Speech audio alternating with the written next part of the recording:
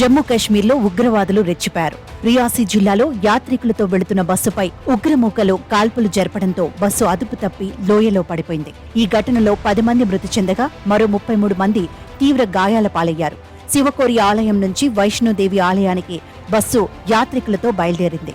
బస్సును వెంబడించిన ఉగ్రవాదులు తెరియాత్ గ్రామం సమీపంలో ఒక్కసారిగా కాల్పులు జరిపారు.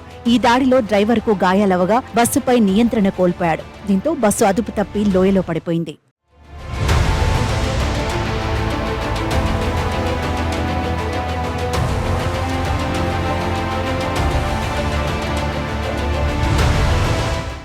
ప్రమాదం గురించి సమాచారం అందుకున్న పోలీసులు వెంటనే సంఘటన స్థలానికి చేరుకున్నారు. క్షతగాత్రులను స్థానికుల సహాయంతో ఆస్పత్రులకు తరలించారు. బస్సులోని మృతదేహాలను వెలికితీసినట్టు అధికారులు తెలిపారు. మృతులంతా ఉత్తరప్రదేశ్కు చెందిన వారిగా అధికారులు భావిస్తున్నారు. ఈ దాడిలో ఉగ్రవాదులు 25 నుంచి 30 తూటాలను పేల్చారని బాధితులు చెబుతున్నారు.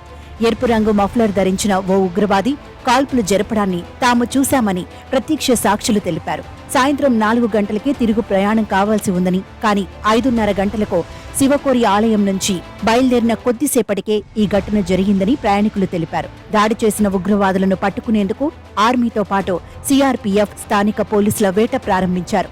పొరుగునున్న రాజౌరి, పూంచ్లతో పోలిస్తే రియాసీ జిల్లాలో ఉగ్రవాదుల కదలికలు తక్కువగానే ఉంటాయి. కానీ హఠాత్తుగా టూరిస్టుల బస్సుపై ఉగ్రమూకలు కాల్పులు జరపడం ఇప్పుడు చర్చనీయాంశంగా మారింది. అదే సమయంలో రాష్ట్రపతి ద్రౌపది ముర్ము ఈ ఘటనపై విచారం వ్యక్తం చేశారు. బస్సు ప్రమాద వార్త నన్ను తీవ్రంగా కలిచివేసింది అని ట్విట్టర్ వేదికగా పేర్కొన్నారు. బాధిత కుటుంబాలకు నా ప్రగాఢ సానుభూతిని తెలియజేస్తున్నానని, క్షతగాత్రులు త్వరగా కోలుకోవాలని కోరుకుంటున్నట్లు తెలిపారు. ఉగ్రవాదుల దాడి గురించి జమ్మూ కశ్మీర్ లెఫ్టినెంట్ గవర్నర్ నుంచి సమాచారం తెలుసుకున్న ప్రధాని మోదీ ఉగ్రదాడిని ఖండించారు. పరిస్థితిని నిరంతరం పర్యవేక్షించాలని, వారి కుటుంబాలకు సాధ్యమైన అన్ని సహాయాలు అందేలా చూడాలని ప్రధాని ఆదేశించినట్లు లెఫ్టినెంట్ గవర్నర్ సిన్హా ట్వీట్ చేశారు. దీంతో పాటు ఉగ్రవాదుల గాలింపు కోసం భద్రతా బలగాలు సంయుక్తంగా ఆపరేషన్ ప్రారంభించాయని, దాడి వెనుక ఉన్నవారిని విడిచిపెట్టబోమని ఎల్జీ సిన్హా స్పష్టం చేశారు. ఈ దుర్మార్గపు చర్య వెనుక ఎవరు ఉన్నా కూడా వారికి త్వరలోనే శిక్ష పడుతుందన్నారు. యాత్రికుల బస్సుపై ఉగ్రవాదుల దాడి బాధాకరమని కేంద్ర మంత్రి అమిత్ షా అన్నారు. దీనికి బాధ్యులైన వారిని వదిలేది లేదన్నారు.